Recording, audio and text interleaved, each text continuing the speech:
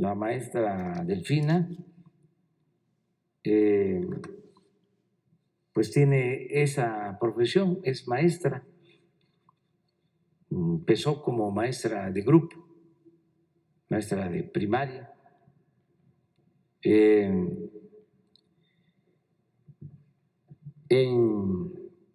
lo que tiene que ver con la educación, pues tiene esa experiencia de ser maestra. Yo creo que nunca había ocupado la Secretaría de Educación Pública una maestra de primaria. Además de ser docente de profesión, Delfina Gómez Álvarez se ha desempeñado como presidenta municipal de Texcoco, Estado de México, diputada federal y candidata a la gubernatura del Estado de México.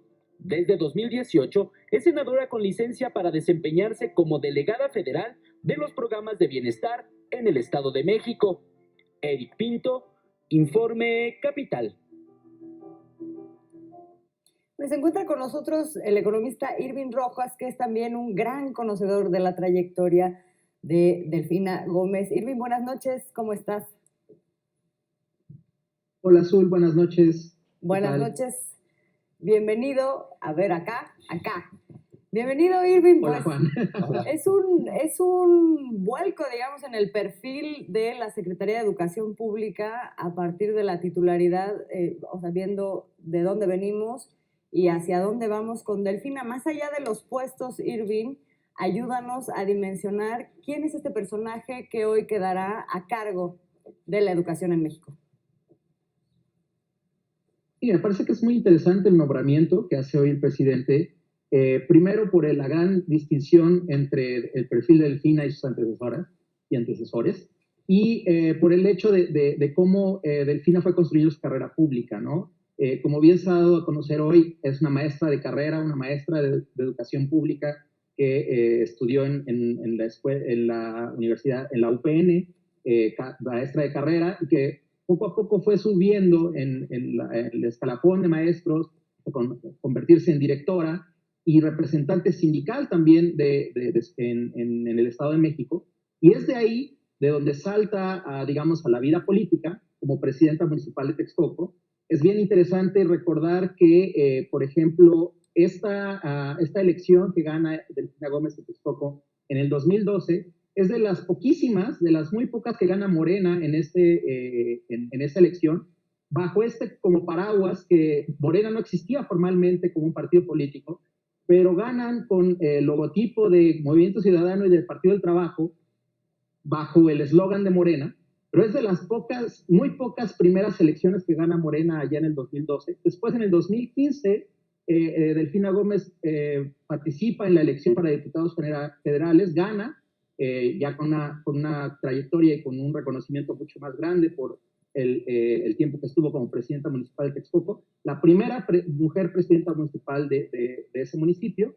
Y de ahí la carrera de Delfina Gómez, bueno, ya la conocemos así, es mucho meteórica, digamos, en el sentido de que pronto se convierte en candidata al gobierno del Estado de México y que pierde una elección muy disputada y muy criticada, con muchas sospechas respecto a cómo el PRI organizó su poder en algunas de las zonas rurales menos vigiladas y donde Morena no pudo ejercer una vigilancia completa de las casillas, ¿no?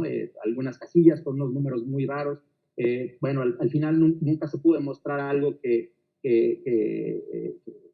apuntara a un fraude o que hubiera culpables de lo que se había realizado en esta elección. Y de ahí Delfina se convierte en senadora en la elección de 2018. Actualmente coordina los programas de bienestar del gobierno federal en el Estado de México.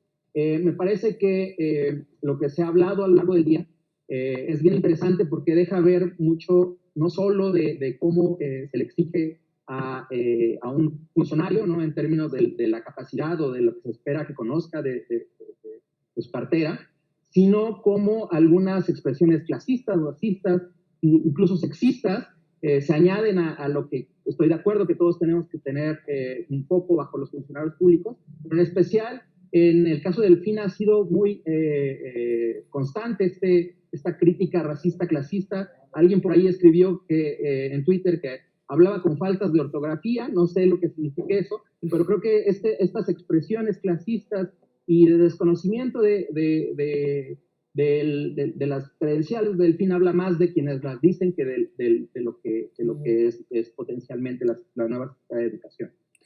Como siempre, los insultos, Irving. ¿Y tú cómo ves esta llegada, bueno, pues a la Secretaría de Educación Pública, alguien que conoce el magisterio, alguien que conoce los retos que tendrá que enfrentar, y en un momento muy complicado en el que las clases, la escuela, ha cambiado drásticamente? ¿Tú cómo piensas, cómo crees que Delfina lleve a cabo su función en esos momentos en los que se le demandará muchísimo? Yo creo que ese es específicamente el campo en donde hay que poner atención y donde deben surgir las críticas a Delfina. Van a ser en sus resultados, ¿no? Se enfrenta a un trabajo muy difícil. En primera instancia, uno estructural, que era el de la nueva escuela mexicana, la reestructuración de la educación pública después de la cancelación de la llamada reforma educativa, que se llevó a cabo en 2018, todo el movimiento constitucional para que hubiera un nuevo andamiaje institucional y legal para la educación pública. Tiene ese reto. Se supone que de acuerdo a los planteamientos iniciales de estas nuevas reformas, para el ciclo escolar 2021-2022, ya tendría que estarse trabajando con este nuevo currículum, con un nuevo enfoque.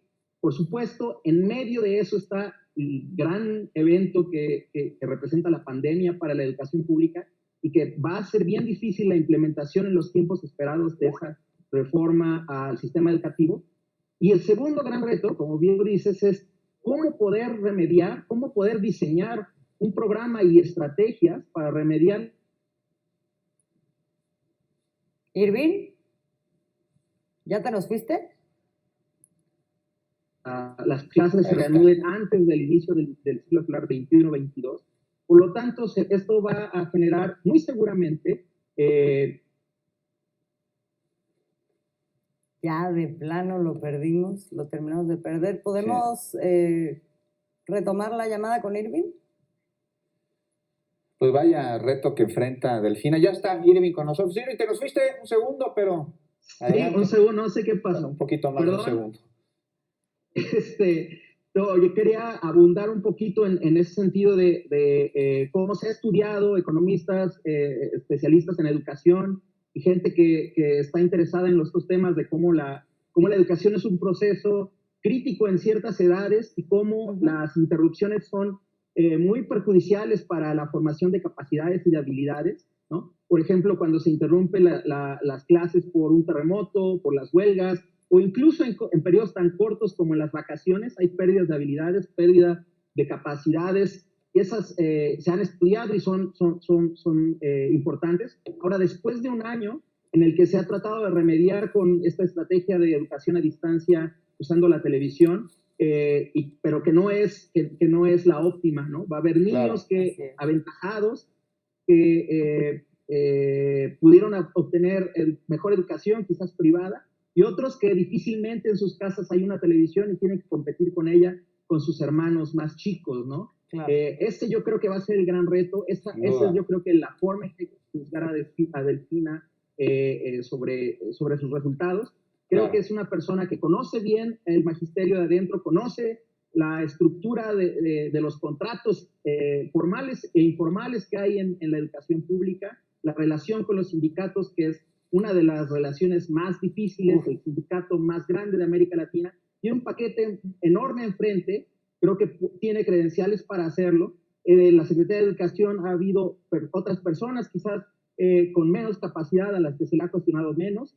La cartera ha sido ocupada por personas como Vázquez Mota, como Aurelio Nuño, en donde los resultados, bueno, digamos, están pues mucho que desear. No, pues es un gran reto, Irving, y va a ser muy interesante justamente ver cómo una persona con el perfil de Delfina, que tiene pues una sensibilidad diferente, porque en carne propia ha vivido muchas de las problemáticas que habrá de enfrentar, sumado a lo de la pandemia, pues vamos a ver cuál es el nuevo camino que va a seguir la SEP. Yo personalmente dudo mucho que sea el mismo de Esteban No. Moctezuma.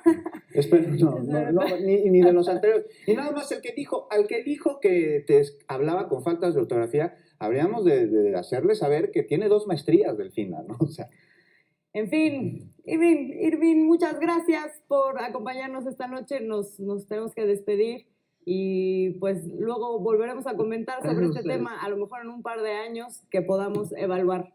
Muchas gracias, Irving, y un abrazote por estos días que ya son días de fiesta, casi. Ya se nos fue Irving. Bueno, vámonos con otros temas, Juan.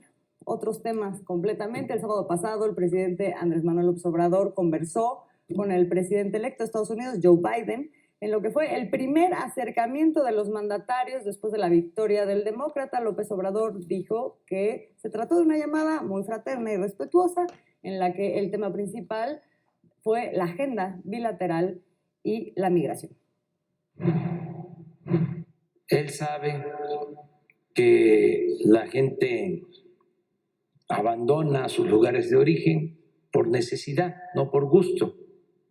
De modo que lo que tiene que hacerse pues es ir a las causas y promover el desarrollo del sur. Y eso es lo que nosotros hemos venido planteando